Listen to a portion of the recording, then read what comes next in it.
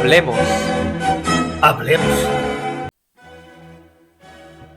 Bienvenidos y bienvenidas a Hablemos, a esta conversación digital o conversatorio que algunos llaman podcast.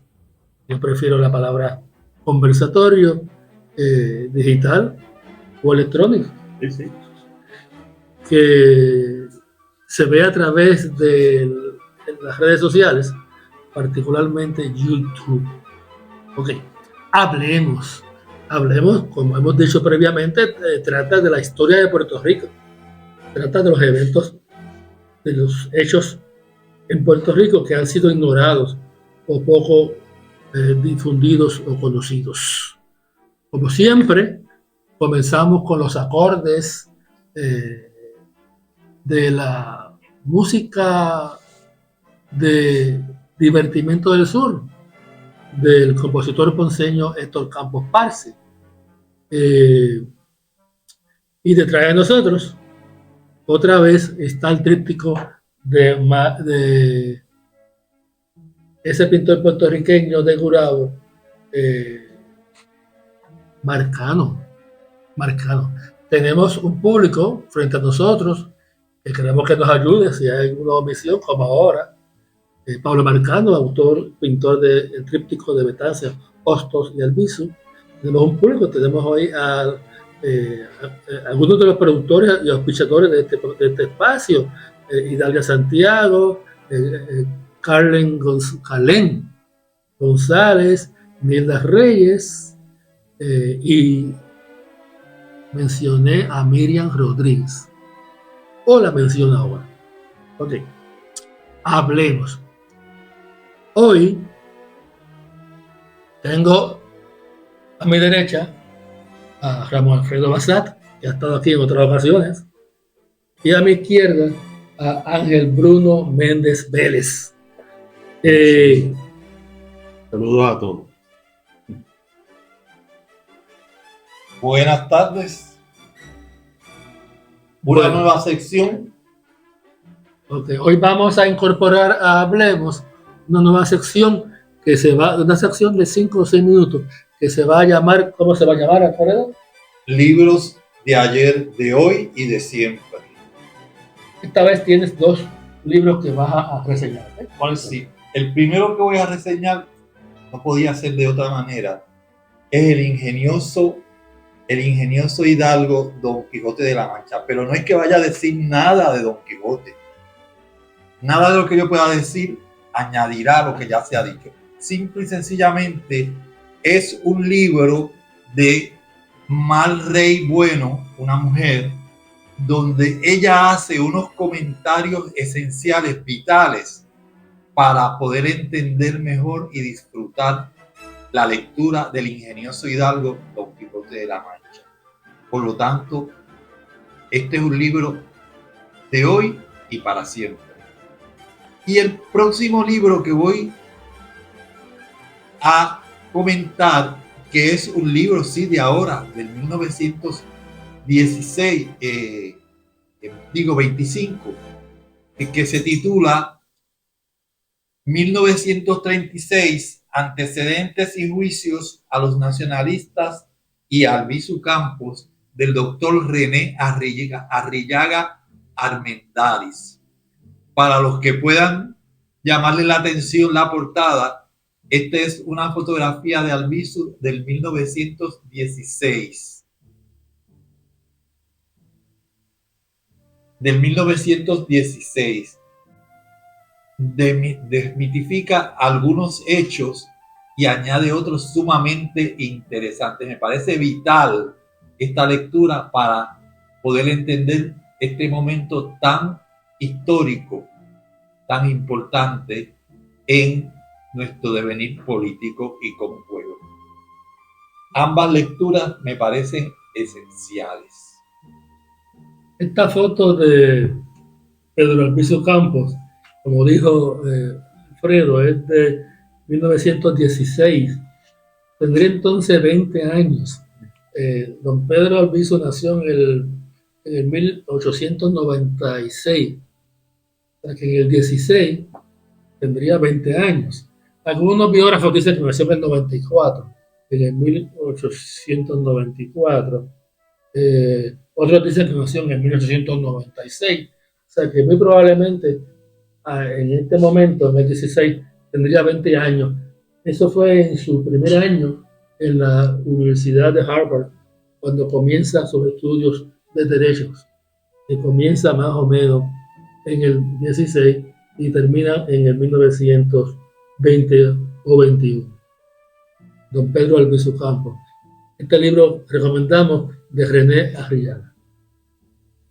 Quiero finalizar señalando que ambos libros los pueden conseguir en la librería Norberto González. Este libro fue producido por una nueva editorial, la cual yo desconozco, pero que es la primera vez que leo algo sobre DV Devoto, San Juan, Puerto Rico. Y este otro, el de El Quijote Mágico,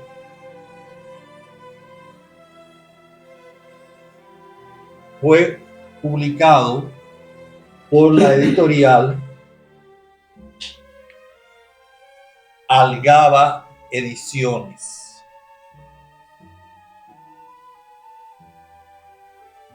Bueno, gracias a Alfredo por iniciar este capítulo con su reseña de 2 libros recientes. Hoy, 4 de mayo de 2025, estamos en el 9º capítulo de la segunda temporada de Hablemos. Y vamos a hablar de historia, pero vamos a hablar de la historia actual, de este momento histórico. Y vamos a hablar, con la ayuda de Ángel Méndez, Ángel Bruno Méndez, vamos a hablar de los primeros 100 días en la presidencia del señor Donald Trump. Los primeros 100 días que han sido, según muchas personas, nefastos. Tan nefastos que ha ocasionado que el 60% de la gente que lo apoyaba, que ha descendido el apoyo público a la administración del presidente Trump estos primeros 100 días. Ese concepto de los primeros 100 días surge de los primeros 100 días del presidente Roosevelt, Franklin Delano Roosevelt, que fue electo en 1933, bueno, en 32, y comienza en enero de 33 su presidencia, que duró 12 años. Y esos primeros 100 días de Roosevelt, él presenta de manera inmediata decretos y legislación para remediar la depresión económica la gran depresión económica que había comenzado en el 1929. Esa gran crisis económica que lleva a la quiebra a cientos y miles de agricultores y de industriales en Estados Unidos. La caída del mercado, que fue fatal. La gran caída del mercado del 1929, el crash. Y arrastró a muchos países, excepto la Unión Soviética. Y la economía planificada de Stalin evitó el crash del 29. Bueno, ese es otro tema. Pero en esos 100 días de Franklin Delano Roosevelt, él propone transformar toda la agenda social de Estados Unidos de manera que el gobierno proteja y defienda a los ancianos, a los trabajadores, a la juventud, algo que no era considerado apropiado que un Estado, que un gobierno se dirigiera a proteger a los ancianos, a los trabajadores, a los desempleados, a los agricultores en quiebra Y en esos 100 días de Roosevelt, él propone una legislación social para sacar a Estados Unidos de la Gran Depresión. Curiosamente, el Tribunal Supremo, en el 35 luego, deroga esa legislación protectora porque alegadamente era inconstitucional. Es cuando Roosevelt plantea cambiar la composición del Tribunal Supremo. Aún así, muchas de sus propuestas de legislación social, entre ellas el seguro social, que ya era práctica habitual, legislación habitual en Europa, es cuando comienza la administración del seguro social. Ahora, lo que realmente saca a Estados Unidos de la Gran Depresión no es el nuevo trato de Roosevelt, es la guerra, la Segunda Guerra Mundial. La economía de la guerra y la economía de la posguerra es lo que definitivamente saca de la quiebra y la depresión a Estados Unidos. Pero vamos a hablar ahora de Trump, de estos 100 días de Trump. Sí. A ver cómo se parecen. De ahí surge ese concepto de los 100 días. 100 días. De Franklin Delano Roosevelt, del 33 en enero de 1933. En el 33. Empezaste con un gran presidente. La conversación, ¿no? La de Roosevelt, ¿no? Que sí, que se ve en esos primeros 100 días, va hacia construir una nación y un país. Y fue tan impactante que tuvo casi 3 términos, ¿no? Como presidente, y de ahí donde se elegía 45. Entonces, 2 términos. Los primeros 100 días del señor Trump, pues como que no se parecen mucho a los primeros 100 días de... Aquellos 100 días era para proteger a los desempleados. Ajá. Y a los pequeños agricultores. Ajá. Y a los obreros. Estos primeros 100 días de Trump es para proteger a los ricos. Sí. Es una debacle. Una debacle.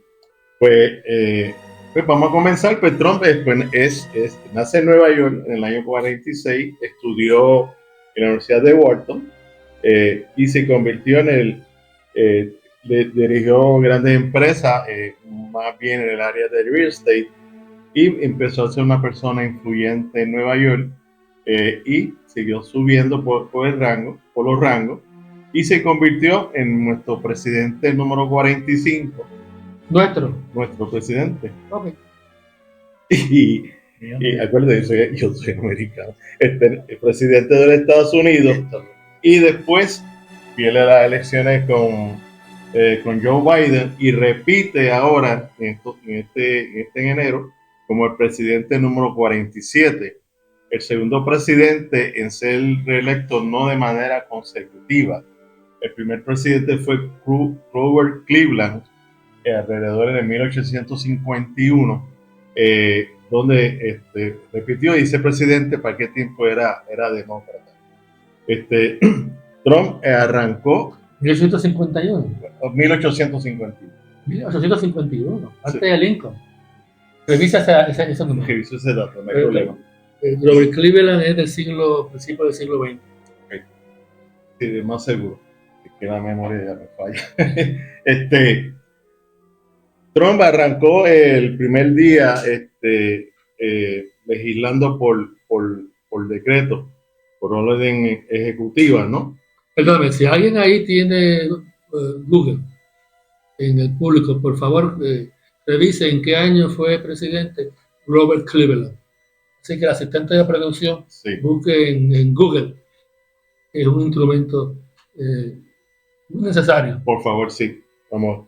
Entonces comienza legislando por decreto, ¿no? Donde uno de momento ha firmado más de 150 decretos. Lo firma, usted, todo el mundo lo sabe, viene alguien, se lo da, pues el famoso Sharpie lo firma y rápido le enseña, etcétera. Y básicamente como que se ha llevado por medio la cuestión esta de legislar, del Congreso, que eso pase, si no es a base de decreto, lo cual denota pues que como que no está respetando o siguiendo básicamente la constitución y la forma de gobierno, la división de los poderes, ¿no?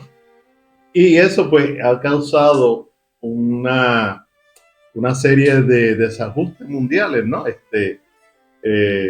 En términos de su forma de ser presidente, que no es presidente eh, eh, no, establecido. Que ya el asistente de producción, perdón, consiguió la fecha de Cleveland. Ajá. 1885 a 1889, los segundo, y 1893 a 1897, 14. A fines del siglo XIX. Ok, ¿cómo? Correcto. Gracias por el dato. Muy bien, gracias. Gracias. En la fines del siglo XIX. Robert Cleveland que repitió 2 veces, pero con una interrupción entre medio. Sí. Entonces, entre las órdenes ejecutivas que ha firmado en estos 100 días y la que ha causado mucho impacto tanto en Estados Unidos, mundialmente, y en Puerto Rico, ¿no? Vamos a hablar de la más famosa, la primera, aranceles agresivos. El arancel es una imposición donde se le añade a un producto para de una forma encarecerlo cuando entra al país, ¿no? Por ejemplo, en Estados Unidos sale algo hacerlo en $10, en otro país sale en $2. Pues entonces, para poder que este país elevarlo, que sea más competitivo con el de Estados Unidos, le ponen un arancel. Ese arancel, pues, siempre ha existido. Eso siempre ha existido. Los aranceles, pues, son medidas de protección. De protección. Proteccionismo. El problema de poner super aranceles es que las respuestas también son super aranceles. Super aranceles. O sea, que una superprotección sí. Provoca otra superprotección en el país afectado. Sí, la impresión que me da es que Trump no esperaba que los demás países ripostaran contra Estados Unidos en la imposición de aranceles, ¿no? Ya en su primer término lo había puesto a Rusia, a China, etcétera. Biden también hizo una ronda de aranceles, pero ahora él volvió mucho más agresivo y atacando básicamente a sus aliados, ¿no? A Canadá, a México y a China, que dice que es la fábrica del mundo, ¿no? Y eso ha provocado grandes cambios, y él dice que eso va a ayudar a balancear la balanza de pago, la balanza de comercio, y que eso es bueno para Estados Unidos. Mira, eso lo paga el americano. El consumidor. Y en este caso el consumidor es el americano, donde entra la mercancía. Yo no sé de dónde él saca, y yo creo que sus asesores no les debe estar diciendo esto, que eso no es inflacionario. O sea, eso sí es inflacionario, y es algo que se sigue montando el costo por encima. Para cuando tú vayas a comprar quizás el mismo producto que valía $5, ahora cuesta en 8, porque el arancel lo trepó, entonces marcan, y el comerciante, el importador, no va a absorber el arancel, podrá absorber alguito, pero no un 140%, ¿no? O sea, no lo puede vender al mismo precio. Eso del arancel, pues ha sido y ha impactado a todas las industrias: auto, aviación, comida, manufactura, acero, cobre, todo, y especialmente la industria de auto, que depende mucho. Como sabemos, México Estados Unidos importa muchos carros de México, tiene una fábrica grande. Cuando yo estuve en Hermosillo, ellos tenían una fábrica importante en México, y ya ya están haciendo movimiento a ver cómo pueden evadir eso. Lo importante de un dato que aprendí en esta búsqueda es que Trump hace esto para traer para atrás las fábricas y los empleos y y otra vez que Estados Unidos se vuelva un país de manufactura como era antes. ¿Qué sucede? Pero hasta la fecha eso no ha resultado. No Por lo contrario, la política arancelaria de Trump, por un lado, aumenta la inflación, los precios, y por otro lado, también ha provocado que muchos industriales se hayan ido de Estados Unidos. Sí, sí. O sea, te voy a añadir algo. No se lo preguntan si los aranceles a nivel internacional tienen un límite. Yo entiendo que no. Yo entiendo que no, porque ahora mismo no estamos viendo, ¿no? Lo que llama retaliation. Me montaste 10%, 20%. Me montaste 20%, 40%, ya van por 145%. O sea, que obviamente no hay límite. Lo que debe haber es la cuestión del mercado que lo balancee.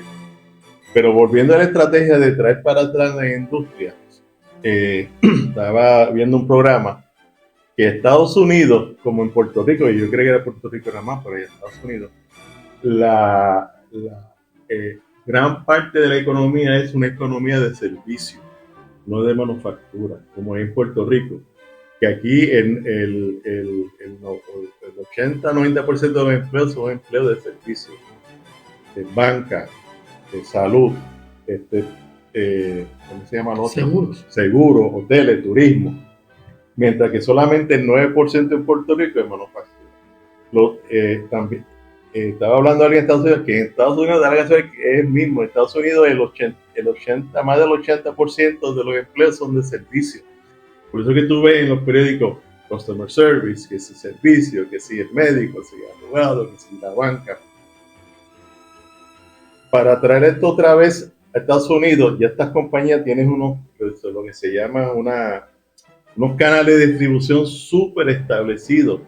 A veces estos GCM empieza de 6, 7, 10, 15 países. Y romper toda esa logística para traerla a Estados Unidos, para proteger el 9% de los empleos, pues es un poco A mí me parece, Ángel, que esas políticas de superprotección de Trump responden al temor de que Estados Unidos ya está descendiendo o ya no es la primera potencia económica del mundo. Sigue siendo grandemente. Como dijiste ahorita, el gran mercado es China. Ajá. Y ese es el temor de Trump y muchos socios de Trump, que Estados Unidos ya no es la que domina el mercado mundial y que el dólar ya no sería la moneda reserva para pagar todo fundamental del mercado mundial. Sí. Ese es el temor detrás de estas medidas de superprotección de Trump. Y por eso esa campaña que él utilizó, ese eslogan, Make America Great Again. MAGA. MAGA. Ahora, él nunca dijo en su campaña qué significaba ser grande o cuándo fue grande Estados Unidos.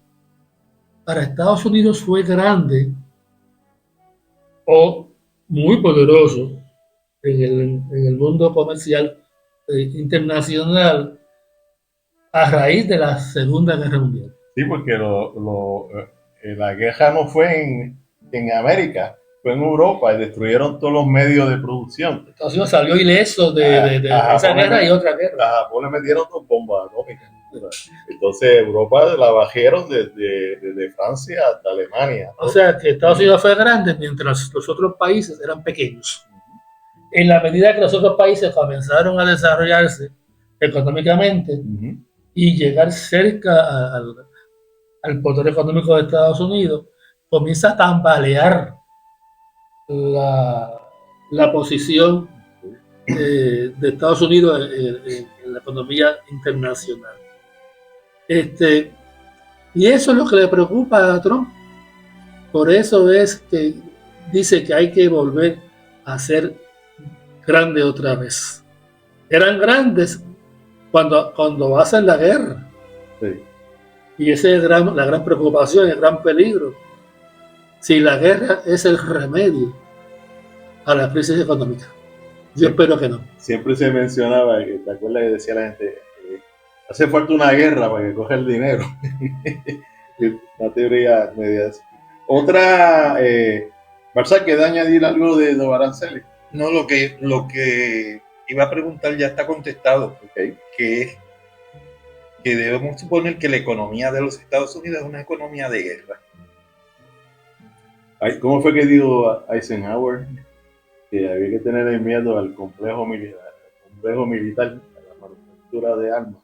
Ahora, el concepto republicano de la economía responde a la visión capitalista de que lo que determina y gobierna la economía es una mano invisible. De la de Adam Smith. De aquel señor que se llama Adam Smith, que escribió un libro que se llama La riqueza de las naciones. Y él plantea que la economía crece o se reduce en virtud de unas cosas invisibles, de una mano invisible. Esa visión de la economía capitalista contrasta con la visión socialista o socialdemócrata de que el Estado debe intervenir en la regulación de la economía. Sí, que el mercado se cuida solo. Eso es lo que dicen los republicanos. Ajá. Que el gobierno que la economía se produce sola. Pero los grandes momentos en la economía de Estados Unidos es cuando el Estado interviene. Como pasó para el COVID-19. Y luego cuando el nuevo trato de Roosevelt. Y aquí en Puerto Rico, los mejores momentos de nuestra economía fue cuando el Estado Libre Asociado de Puerto Rico era un Estado benefactor. Era cuando el Estado influía y decidía y estaba de manera directa en la planificación económica. De hecho, el gran mentor de Muñoz Marín, Redford Totwell, planteaba eso, que el mejor gobierno es aquel que sabe dirigir, intervenir sabiamente en la economía. ¿Y para quién? ¿Para quién? Para los desempleados, para los pobres, para los ancianos.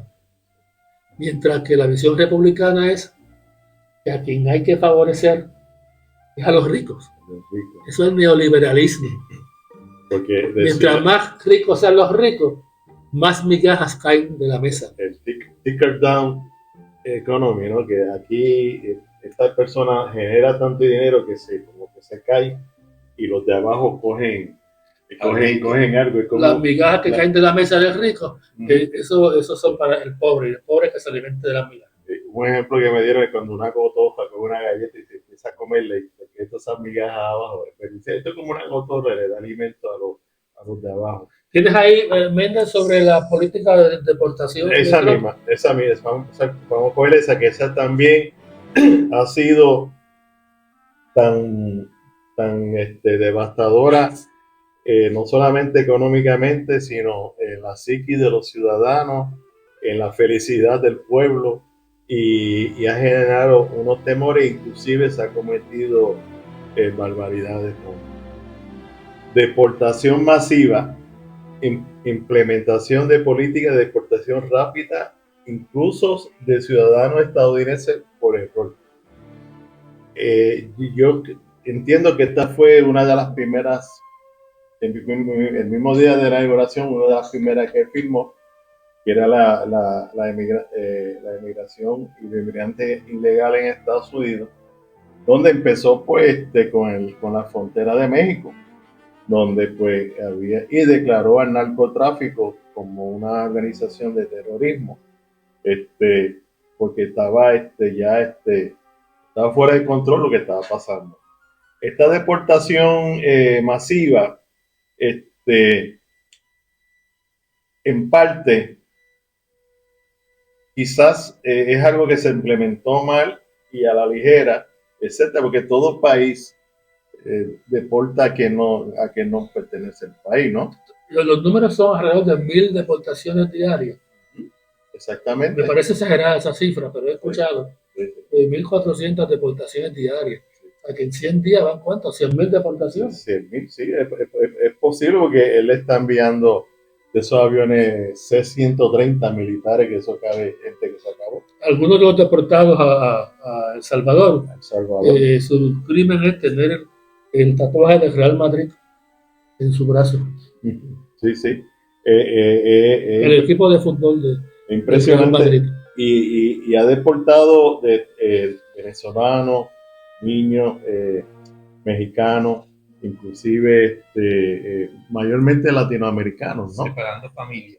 Separando familias.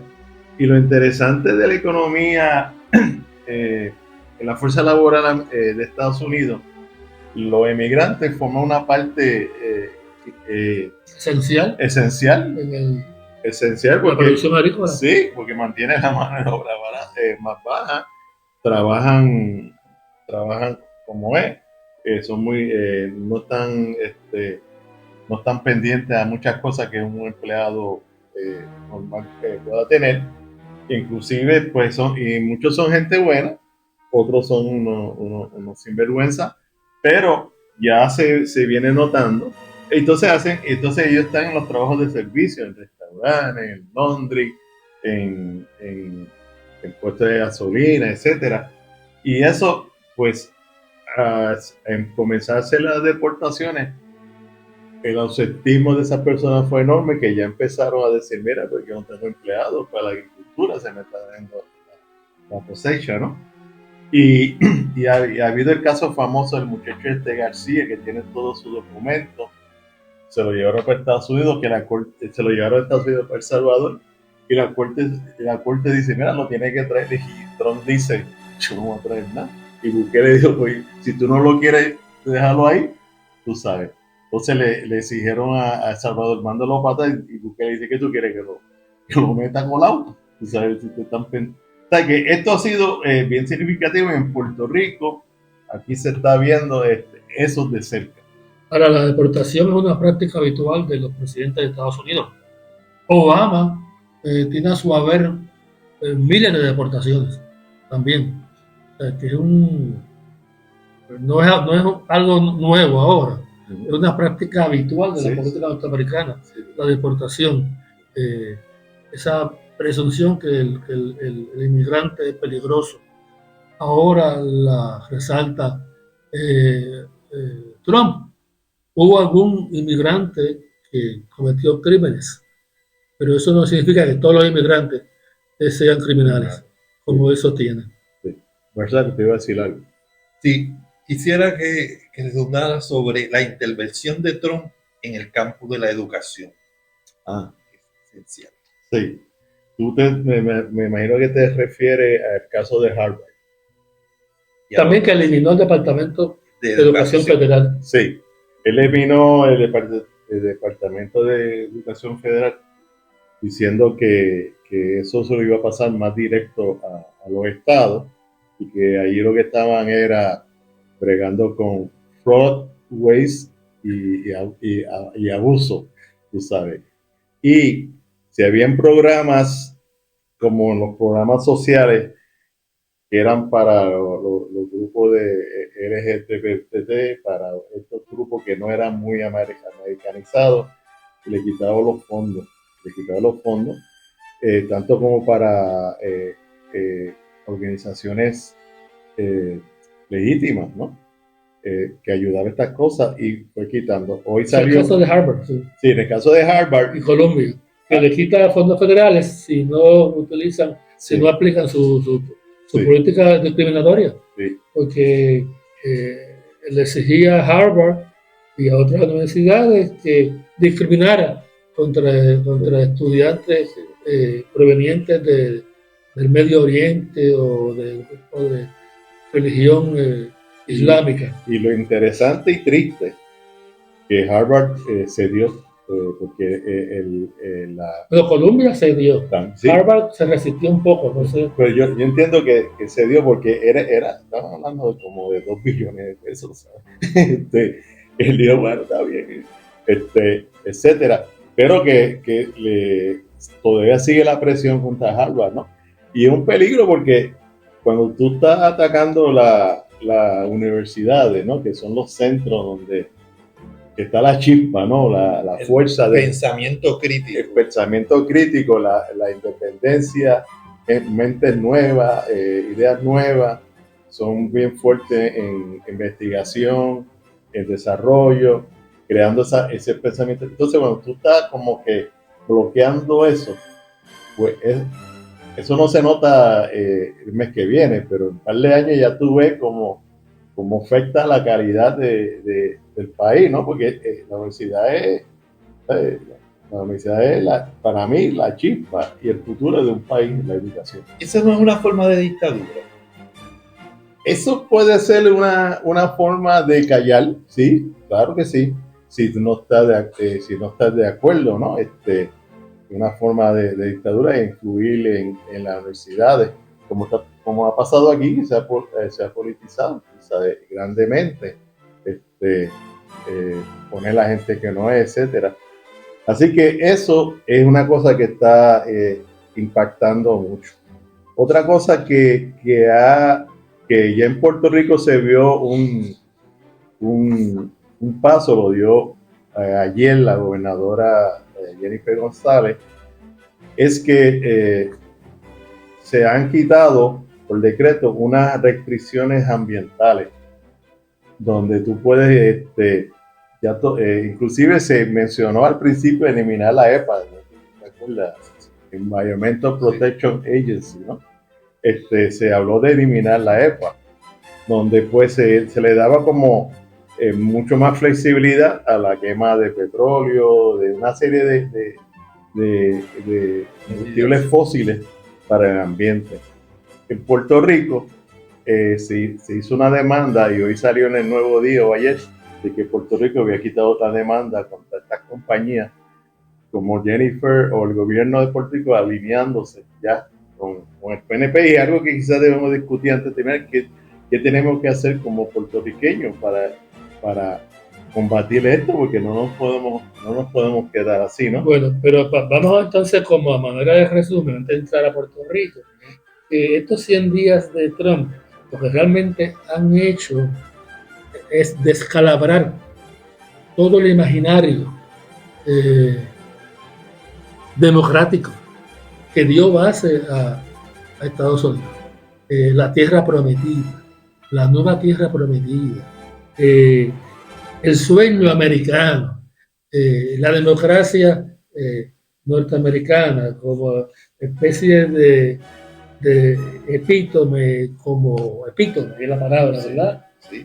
Como especie de símbolo de la democracia mundial. Y lo que ha hecho Trump es quebrar esa concepción de la democracia y sustituirla por la plutocracia, por la oligarquía. Es el gobierno de los ricos.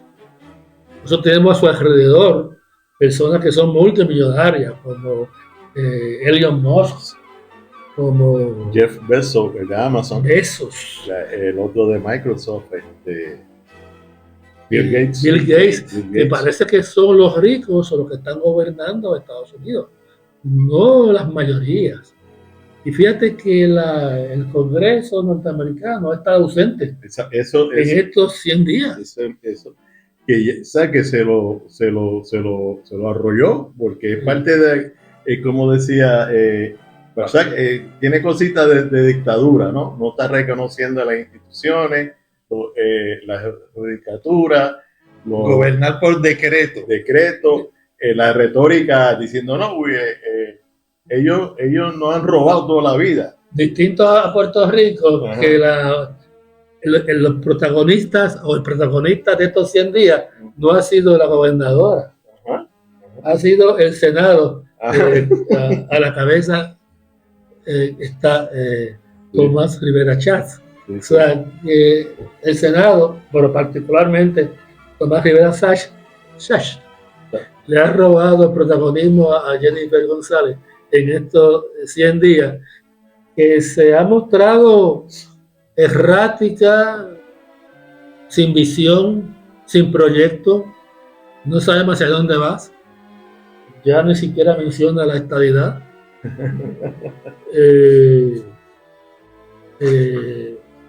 No sabemos qué quiere hacer con Luma. Bueno, creó una comisión, la cual creó otra comisión para que otra comisión estudie lo que la primera comisión decida. O sea que tenemos allá en Estados Unidos un gobierno oligarca de los ricos que ha convertido a Estados Unidos en un país a la deriva, y tenemos en Puerto Rico otro gobierno a la deriva. Es que cuando se crean tantas comisiones es porque no se va a llegar a ninguna. Como decía algo, cuando me dicen multisectorial es que no se va a hacer nada. No, es correcto, Irán, el partido en Puerto Rico tenemos que reaccionar primeramente a los recortes. Ya por ahí se está hablando de más de $200 millones y lo que falta, ¿no? Entonces, uno ve el gobierno haciendo. Hoy salió un artículo en el Nuevo Día que las fundaciones sin fines de lucro van a tener que reinventarse. Ya no pueden depender tanto de programas federales, de ayuda. Van a tener que buscar otra forma de levantar fondos. Una de las formas que más se usa aquí es la ayuda del Senado, que dan, pero eso también está escaso. La ayuda de fondos federales, pues, más escasez, y si son fondos que tú estás ayudando a quien Trump no le cae bien, pues, no, como que no cuente mucho con eso, tú sabes. También tenemos, hay que ver qué se va a hacer en el área de educación, quitando millones de dólares, en el área de salud, millones de dólares, en el área de posiblemente se toque los cupones de alimentos, que el cupón de alimentos no solamente alimenta a la persona, sino crea una industria de comida, ¿no? A los supermercados a comprar, pues eso es un efecto doble, más, porque no, que el gobierno de Puerto Rico, de Jennifer, llámese Jennifer porque ella es la que está a cargo, estoy de acuerdo contigo, que no se ve como reaccionando, ¿no? No se ve como reaccionando, abriendo comités y cosas así, etcétera. Pero quizás sea conveniente revisar y repensar la dependencia de los fondos federales. Los fondos federales no han sacado a Puerto Rico de la pobreza. Los fondos federales no han ayudado a solucionar el problema de la infraestructura de la energía eléctrica. Los fondos federales no han logrado reconstruir o no se han utilizado sabiamente reconstruir los desastres dejados por los huracanes y por los terremotos. O sea que los fondos federales quizás no estén los fondos federales no están solucionando la pobreza de Puerto Rico. O sea que a lo mejor es conveniente, muy conveniente esta coyuntura para repensar la dependencia que durante los últimos 50 años Puerto Rico ha utilizado como política pública, depender de fondos federales. A lo mejor, como dicen por ahí, no es mal que por bien no venga. Sí. Claro, tiene que haber sacrificios. Aquellos que se ganan $500,000 al año, los grandes ejecutivos, los ricos pues, van a tener que reducir sus ingresos como parte de ese nuevo proyecto de un Puerto Rico sin dependencia a los fondos federales. Porque esos contratos generalmente lo que producen es corrupción. Sí. El efecto real de los fondos federales ha sido la corrupción, no el progreso, no el desarrollo económico. Así que quizás es el momento de pensar. La gran pregunta es si repensar está en buenas manos, en las manos de Jennifer González. Yo creo que la palabra clave que se ha usado en este conversatorio la dijo Irán: descalabrar. Este es el descalabramiento total. Estamos viviendo lo que se nos decía que íbamos a vivir bajo la República. Y le estamos viviendo a la sombra de las estrellas.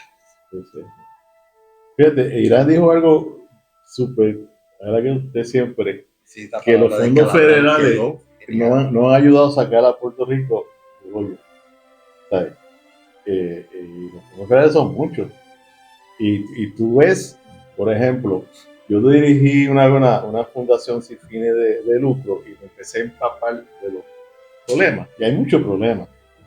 Y yo dirigí esa fundación hace como 10 años.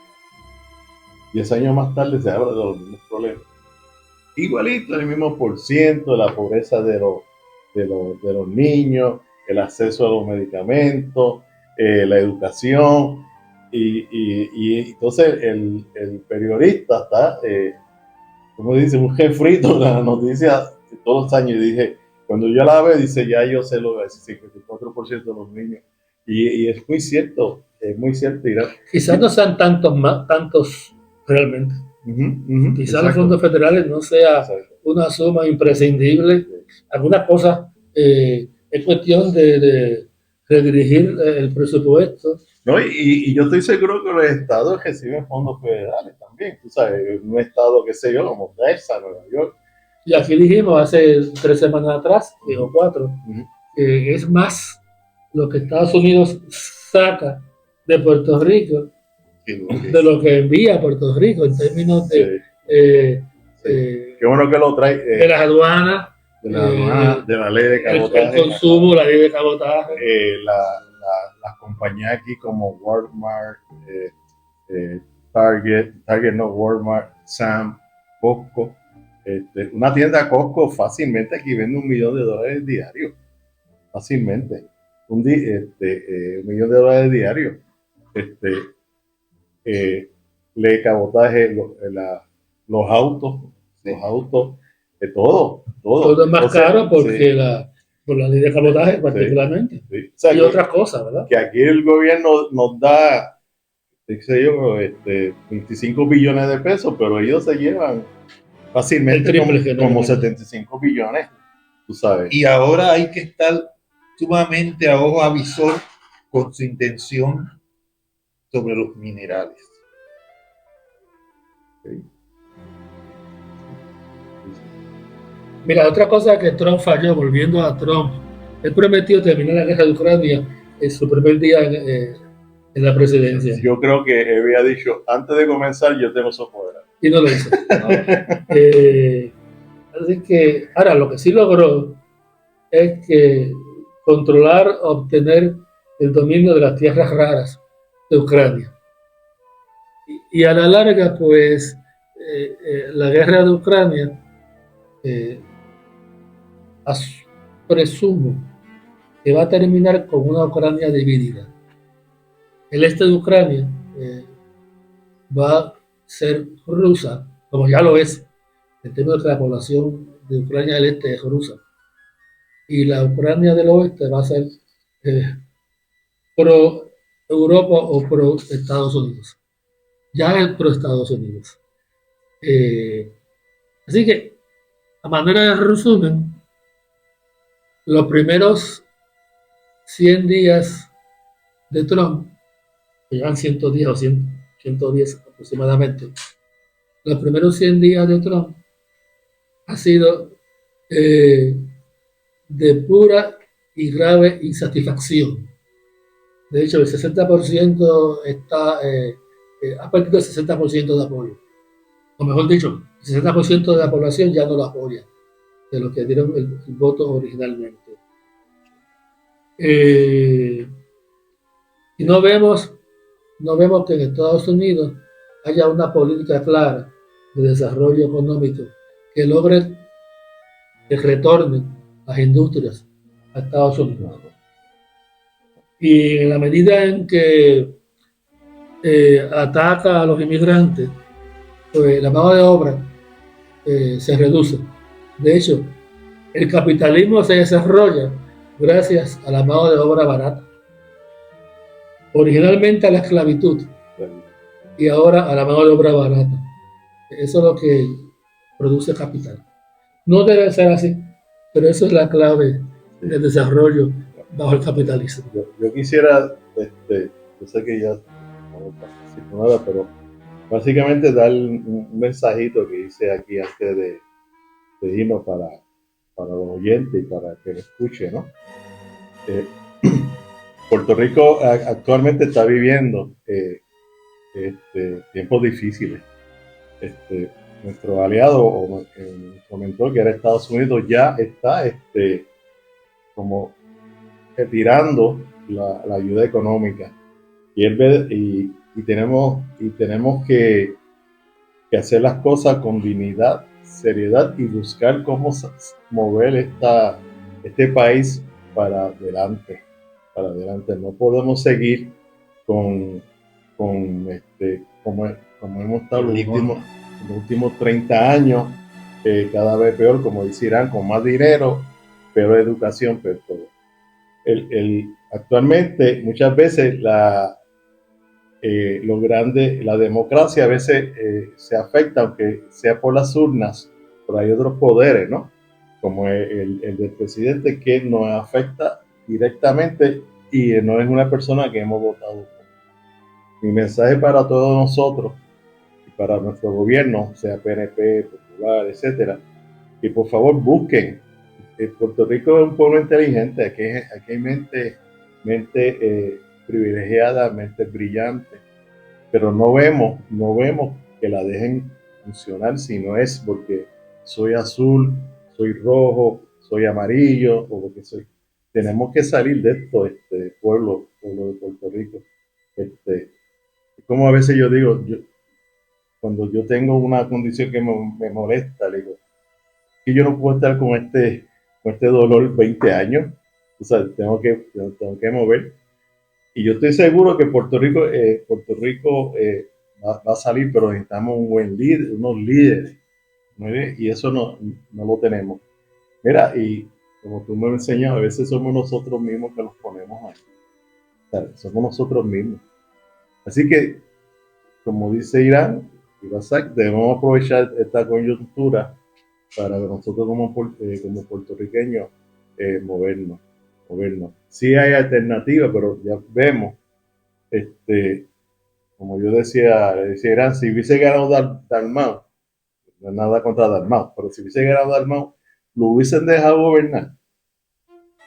Porque mira a Rivera Chat con Jennifer, que eran panas. Pues no, él no la deja a ella mover su agenda. Bueno, si hubiera ganado Dalmau, no estaría en la presidencia del Senado Tomás Rivera Chávez. Okay. Bueno, con esas palabras finales de Ángel Bruno Méndez Vélez, ¿algún comentario final de Basak? Creo que con las palabras que usted ha dicho, lo primero que tenemos que empezar es a descolonizarnos el espíritu. Es lo que impide que podamos lograr todo lo que usted ha señalado y él quiere decir. Ajá, sí, el público quiere intervenir. La pregunta va dirigida, por ejemplo, recientemente hay un grupo de comunidades de Puerto Rico que elaboraron un documento que se fue enviada a la oficina que persigue fundamentalmente como un modelo de cómo Puerto Rico puede lograr su independencia, armonía con leyes federales. A ver si pueden comentar algo. Sí, la pregunta es de cuán real es esa petición. Sí, la pregunta la hace Rubén González, que es uno de los auspiciadores de este espacio. Se refiere a aquel proyecto, una propuesta de, entre otros, de Rolando Emanuel, de Carlos Severino y María de Lourdes Guzmán, la cual consistía en un concepto de orden o ejecutiva escrita a la manera de como lo hubiera escrito Trump, en el cual, por orden ejecutiva, Sí, ahora me acuerdo. se pedía al Congreso la independencia de Puerto Rico. Y entre otras cosas, mediante un periodo de transición de alrededor de 10 a 20 años. Ese proyecto fue sometido hace un mes a la legislatura o al Congreso de Estados Unidos. No conocemos qué ha pasado, pero ciertamente Puerto Rico debe considerar la independencia o algún tipo de relación soberana con Estados Unidos, de relación entre dos países soberanos, Puerto Rico y Estados Unidos, bajo lo que se llama la libre asociación. Eso es una posibilidad. Pero lo que tenemos ahora, la colonia, no funciona. El Partido Nuevo Progresista propuso el Plan Tennessee, que fue que elegir delegados o cabilderos que fueran allá y que fungieran como senadores o representantes para provocar la estadidad, que el Congreso admita a Puerto Rico como Estado. Ese plan Tennessee fracasó. Yo le sugiero al PNP que ensaye el plan Texas. El plan Texas es que primero, en el caso de Texas, debo explicar, esa primera fue una república.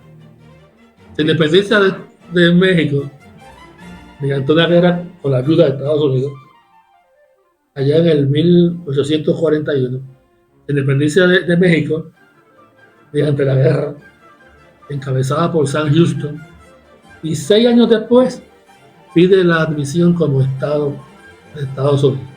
Eso se llamaría el Plan Texas. Le pido al PNP que considere esa posibilidad. Primero república y después Estado. Veremos qué pasará. Bueno, ¿alguna otra pregunta de nuestro público? Bueno, pues agradecemos al asistente de producción, Linda Reyes Franco, a los auspiciadores que están aquí, Daria Santiago, Rubén González y Carlín González, y la dirección técnica de Adrián Siaca Pérez. Buenas tardes, buenas noches. Gracias. Volveremos la semana que viene con Hablemos. Muchas gracias. Muchas gracias. Espero que les haya gustado y ponga su comentario al final. Y a leer su comentario y tener un feedback de ustedes del público. Gracias. Buenas tardes, buenas noches.